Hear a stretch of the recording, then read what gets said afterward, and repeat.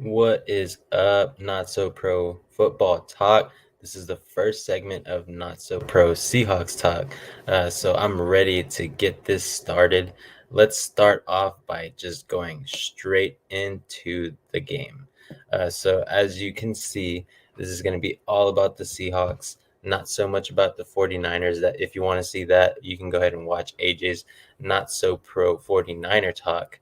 But let's get straight into the game. First quarter, we weren't playing up to our best ability, in my opinion. There was not enough pressure on Brock Purdy when we were on defense, even though we're not a team that has the best record with getting pressure on the quarterback. We still needed to do a better job for this rookie quarterback. Or he's not a rookie quarterback, but he's Mr. Irrelevant. So it's basically his rookie season. He hasn't really played much, so he doesn't have too much tenure under center or just in general as a quarterback in the NFL. So he did pretty well. He was, I think, 7 for 7 in the first quarter. That was our fault. Our corners were playing horribly. We were in a bad defensive scheme, zones. Our man defense wasn't the best, but that wasn't the reason why they scored. The reason why they scored was because of their star running back, Christian McCaffrey. He had one big run, which was expected. We have one of the worst run defenses in the league.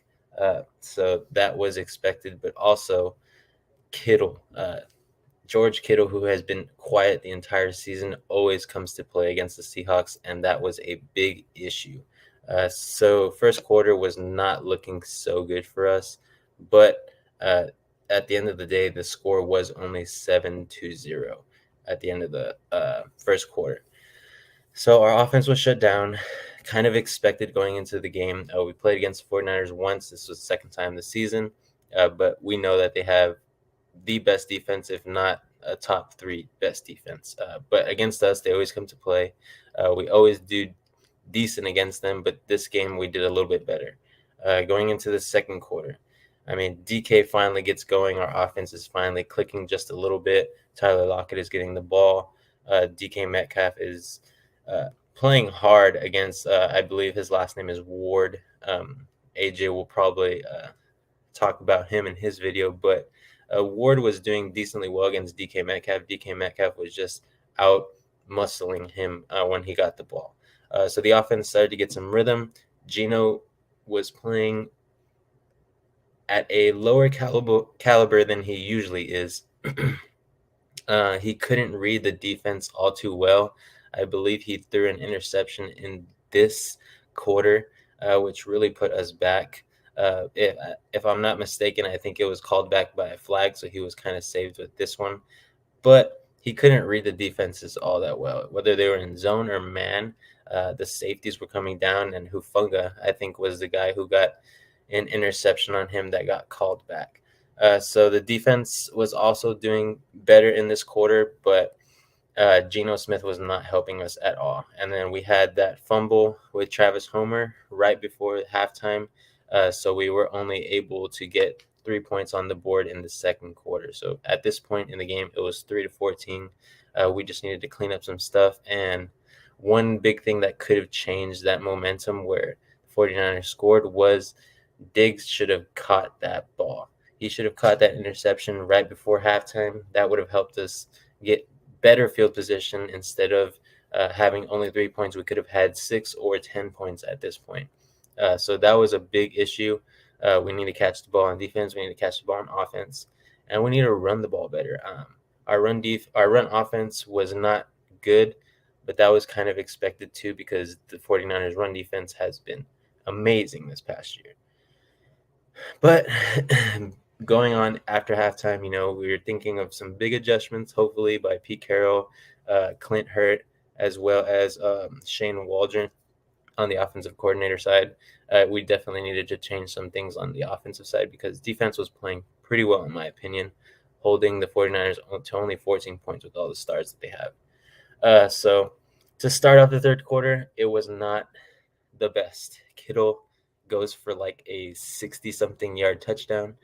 He already had, this is his second touchdown of the game, and this would be the 49ers' last score for the entirety of the rest of the game. So bad start coming out of halftime. Uh, our offensive tackle, moving to our side of the ball on offense, our offensive tackle, Lucas, who is the right tackle, was playing pretty good. I mean, he wasn't the best, but he had a couple holding calls. Um, it was mostly when Bosa was on that side. So whenever Bosa transferred after halftime to go to that side, it was just not the best because when Bosa was playing on our left tackle side, which was with our first round pick Cross, um, he was playing good. Bosa was getting very limited amount of pressure, but the 49ers caught on with this and changed him to the right side of the field where he was matched up against Lucas. And I mean, it wasn't pretty. There was a few sacks after that point, a lot of pressure.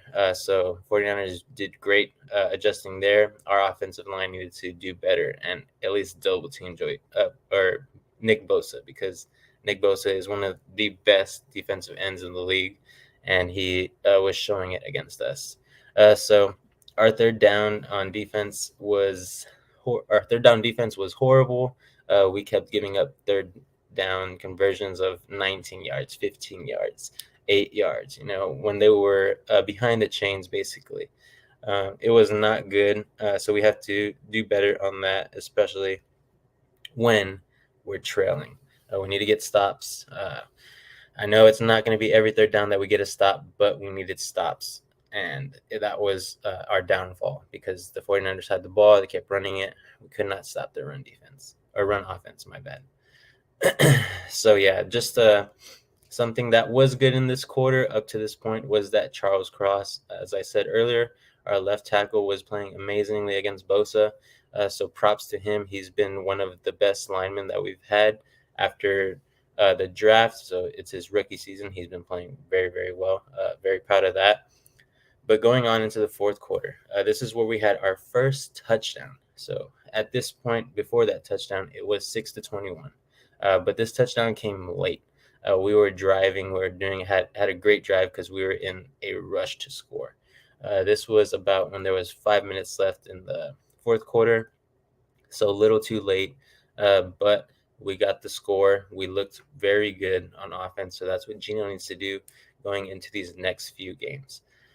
The only bad thing that happened on that drive was that our man right here, Tyler Lockett, got injured. He broke a finger.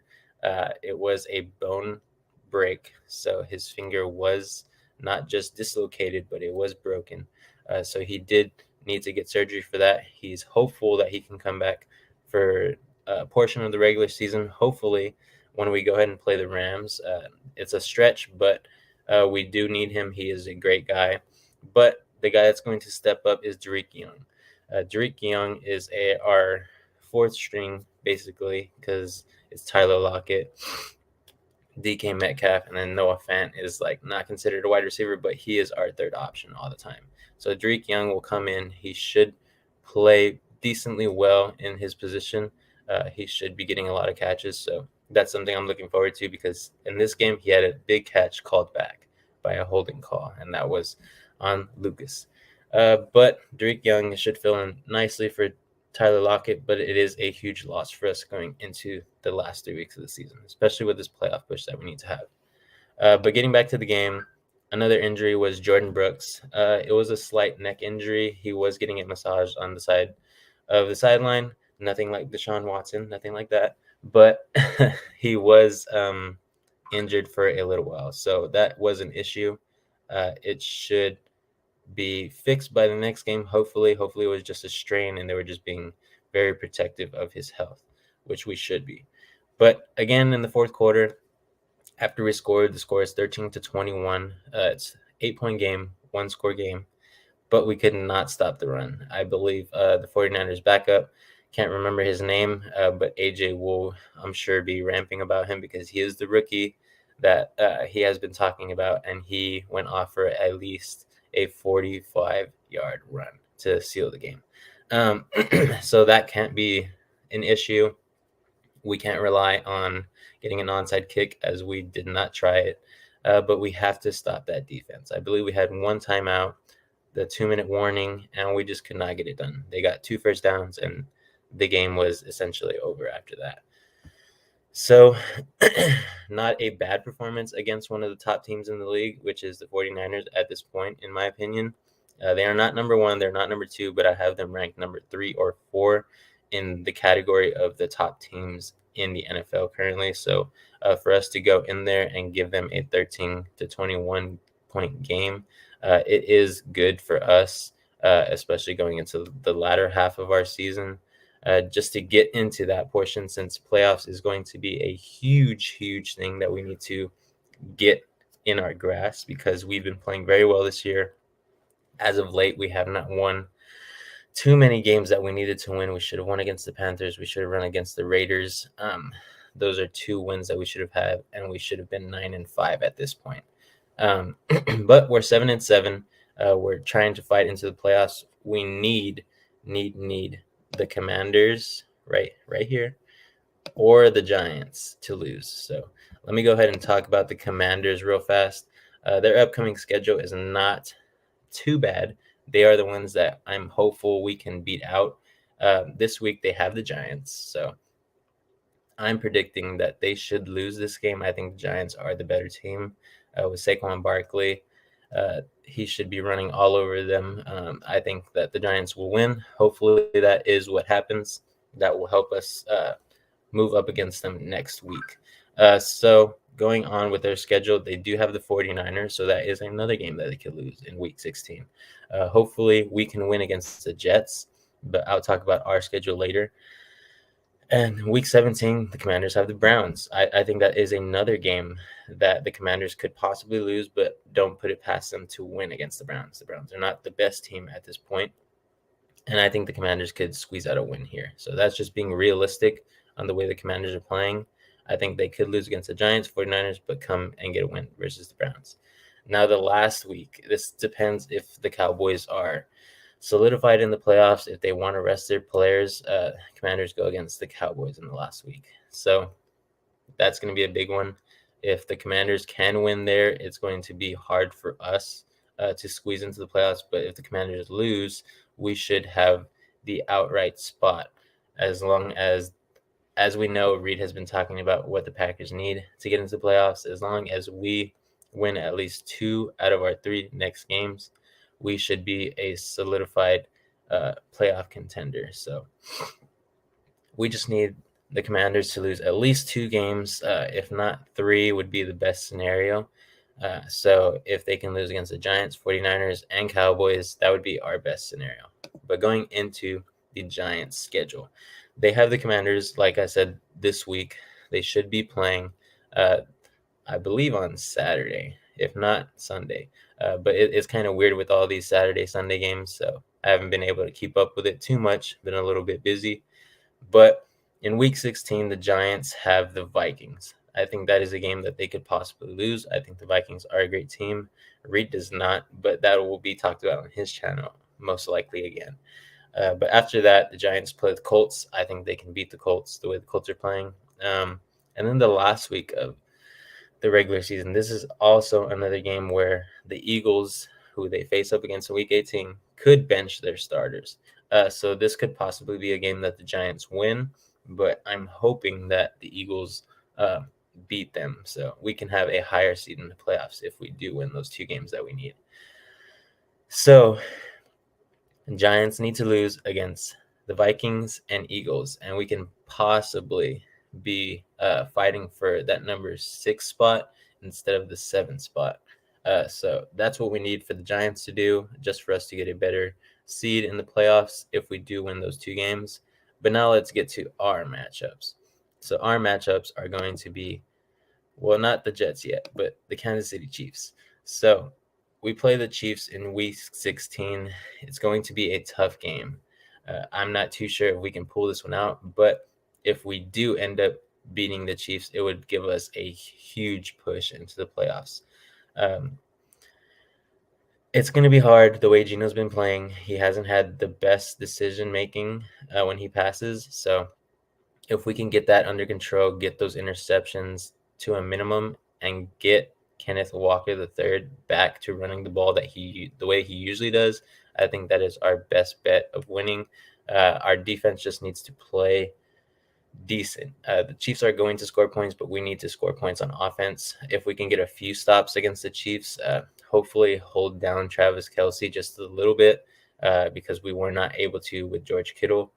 But if we can hold down Travis Kelce just a tiny bit to get a few stops on defense, I think we could possibly beat the Chiefs. But if not, it's going to be a very, very tough game with the way our offense has been playing.